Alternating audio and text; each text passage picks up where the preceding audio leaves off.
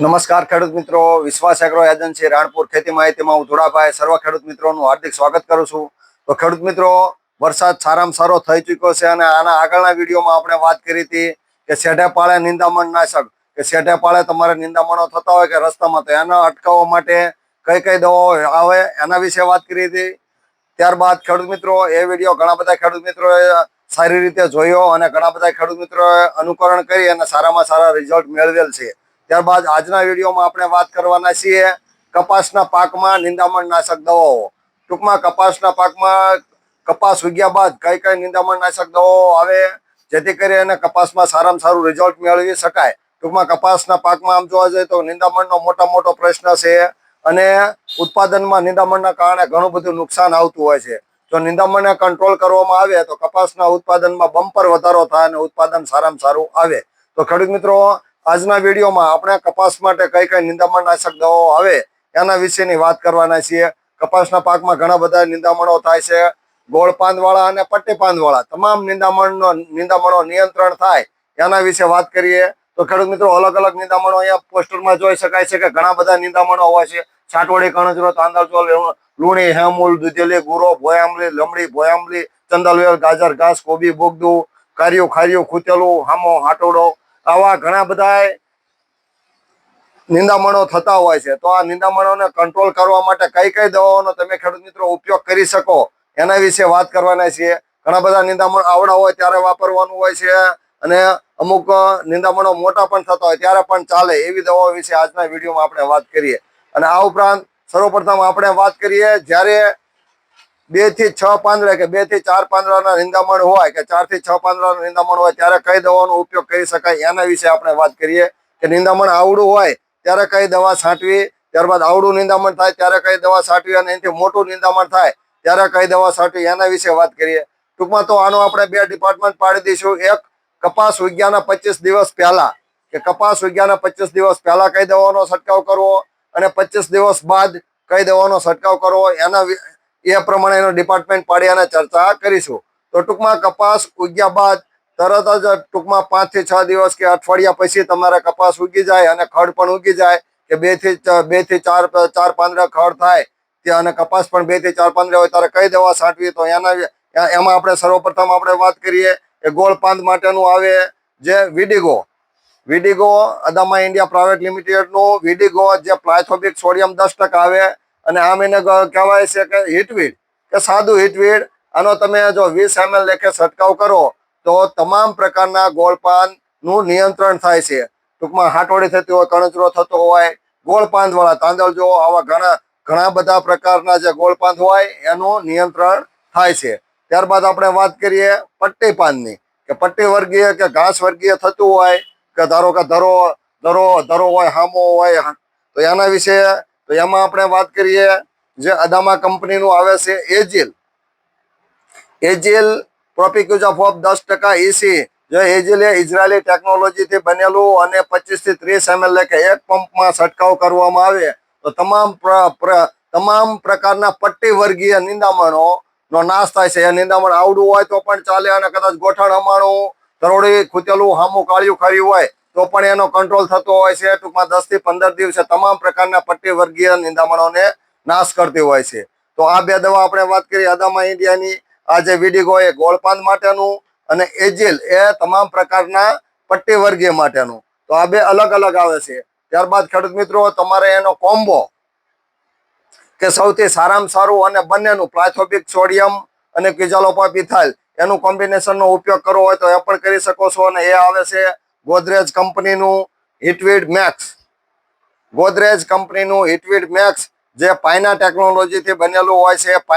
પાયનાનું symbol જોઈને ખેડૂત મિત્રો ખરીદી કરવી અને ઓરિજિનલ ગોદરેજ કંપનીનું હિટવીડ મેક્સ, બહારનું ઘાસ આવતું હોય છે, ધાનુકાનું ડોજો મેક્સ આવતું હોય છે. એવી જ રીતે જે ગોદરેજ કંપનીનું હિટવીડ મેક્સ જે અહીંયા જોઈ શકાય છે કે પાયના ટેકનોલોજીથી બનેલું હોય છે અને ઓરિજિનલ ગોદરેજનો સિમ્બોલ જોઈને જ ખરીદી કરવી અને ઉપર કપાસનો ડાબકો પણ દોરેલો હોય છે.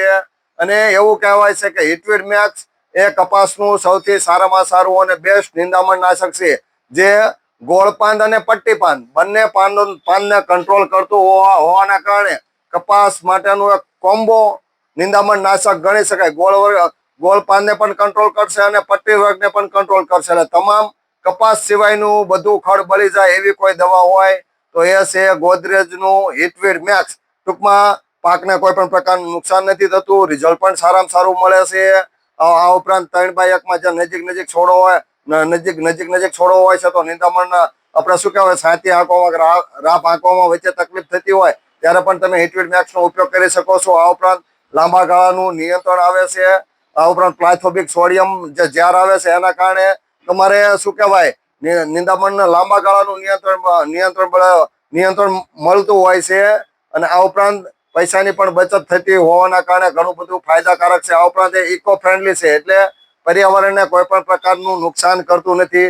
એટલે ઘણા બધા ખેડૂત મિત્રો એમ કહે છે કે ભાઈ હિટવીડ મેક્સ વાપરવાથી ઘણો બધો ફાયદો થયો. ટૂંકમાં જે આ ગોળ પાન અને પટ્ટી પાનની ચર્ચા કરી છે એ કપાસ ઉગ્યાના અઠવાડિયા બાદ દરમિયાન 25 દિવસની આજુબાજુ સુધીમાં તમે હિટવીડ મેક્સનો ઉપયોગ કરી શકો છો. ટૂંકમાં 25 દિવસ પહેલા તમે કરો, 2 થી 4 પાન રહે તો સારામાં સારું પરિણામ આવતું હોય છે. અને એ છે ગોદરેજ કંપનીનું હિટવીડ મેક્સ. આ ઉપરાંત આમાં કંપનીની એક સ્કીમ પણ ચાલુ હોય છે કે ટૂંકમાં આની ઉપરનો જે QR કોડ હોય છે એને જો સ્કેન કરવામાં આવે તો કંપની તરફથી નાની મોટી ગિફ્ટ પણ આવતી હોય છે.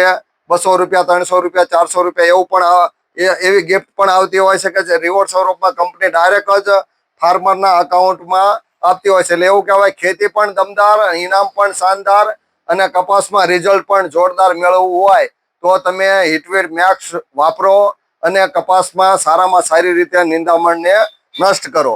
ત્યારબાદ આપણે વાત કરીએ 25 દિવસ પહેલાની આ ત્રણેય દવાની વાત કરી કે 25 દિવસ પહેલા જો આનો છંટકાવ કરવામાં આવે તો સારામાં સારું રિઝલ્ટ મળે છે. ત્યારબાદ આપણે ઘણી વખત ખેડૂત મિત્રો ખડ મોટું થઈ ગયું હોય છે કે ગોઠણ અમાણું થઈ ગયું હોય તો કઈ દવા વાપરવી એના વિશે હવે આપણે ચર્ચા ચાલુ કરીએ. તો એના માટે એક નવી દવા જે પણ પાયના ટેકનોલોજીથી બનેલી છે અને ગોદરેજ કંપનીની આવે છે હસ્કી કરીને. હસ્કી આમ એવું કહેવાય હસ્કી એટલે double power double action. Husky double power double action એટલે ડબલ ઝેર વાળી હોય છે. જે પ્લાથોબિક સોડિયમ જે હિટવીડ મેક્સમાં આવે છે પ્લાથોબિક સોડિયમ એના 4.5% છે અને ગ્લાયફોસેટ 60%. એ બંનેનું સરસ મજાનું કોમ્બિનેશન છે અને પાયના ટેકનોલોજીથી બનેલું હોવાના કારણે રિઝલ્ટ પણ સારામાં સારું મળે છે. ટૂંકમાં હસ્કી એટલે ઝડપી કાર્યવાહી, જટિલ નિંદામણ ઉપર અસરકારક. ધારો કે ઘણા બધા નિંદામણમાં આપણે જોવા જઈએ તો અમુક નિંદામણો જટિલ નિંદામણ હોય તો એ બળતા નથી. ધારો કે અમુક એરિયામાં આપણે શું કહેવાય ગાજર ઘાસ કે કોંગ્રેસિયા ને એવા તકલીફ હોય તો એમાં પણ સારામાં સારું રિઝલ્ટ આવે છે. ત્યારબાદ બાકરકાયો ને એવું બોલતું નથી તો બાકરકાયામાં પણ સારામાં સારું રિઝલ્ટ મળે છે. ટૂંકમાં જો હસ્કી વાપરવામાં આવે તો એ જટિલ નિંદામણોને નાશ કરે છે અને લાંબા ગાળા સુધી નિયંત્રણ રહે છે. અને એક જ વારમાં સંપૂર્ણ સમાધાન નિંદામણ ઉપર મેળવવું હોય તો તમે આવડું આ હસ્કી જે ગોદરેજનું પાયના ટેકનોલોજીથી બનેલું ડબલ પાવર ડબલ એક્શન વાળું હસ્કી તમે વાપરી શકો છો. આ ઉપરાંત 4 થી 6 ઇંચના લાંબા પાંદ હોય કે 4 થી 6 ટૂંકમાં આવડું ખડ હોય ત્યાં સુધી સારામાં સારું રિઝલ્ટ આપતું હોય છે. તો ટૂંકમાં નિંદામણની યોગ્ય સ્થિતિ જો એનો ઉપયોગ કરવામાં આવે 4 થી 6 પાનની અવસ્થા તો સારામાં સારું લાંબા ગાળાનું રિઝલ્ટ એક જ વારમાં આપતી હોય અને સારામાં સારું રિઝલ્ટ આપતી હોય તો હસ્કી એટલે જ કહેવાય છે હસ્કી એટલે ડબલ પાવર ડબલ એક્શન અને ડબલ બેનિફિટ એવું કહી શકાય હસ્કી વિશે. ત્યારબાદ ખેડૂત મિત્રો આપણે વાત કરીએ કપાસમાં બીજી જે દવાઓ. ધારો કે કપાસમાં થોડી ઘણી સાવચેતી રાખી અને જો વાપરવામાં આવે કપાસ મોટો થાય ત્યારબાદ સાવચેતી રાખીને જો વાપરવામાં આવે તો ઘણો બધો ફાયદો થતો હોય છે. અને એમાં આવે છે ગ્લાયફોસેટ 41%. ગ્લાયફોસેટ 41% એટલે કપાસને અડે અને એ રીતે અથવા તો 5G કપા હોય તો ઉપર પણ ચાલતું હોય છે. પણ જો તમારે બોલગા 2 કપા હોય તો થોડી ઘણી સાવચેતી રાખી અને જો આ દવાનો છંટકાવ કરવામાં આવે તો ઘણો બધો ફાયદો થતો હોય છે.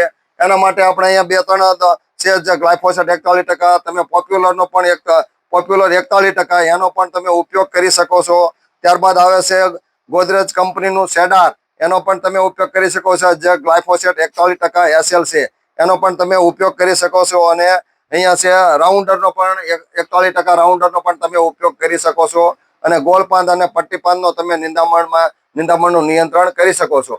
તો ખેડૂત મિત્રો આજે મેં વાત કરી છે એ 25 દિવસ પહેલા તમારે કઈ દવાનો છંટકાવ કરવો અને 25 દિવસ બાદ થોડુંક મોટું ખડ થાય ત્યારે કઈ દવાનો છંટકાવ કરવો એ બે ડિપાર્ટમેન્ટ મેં મારી રીતે સરસ રીતે બુદ્ધિનો ઉપયોગ કરી અને તમને પાડી દીધા છે.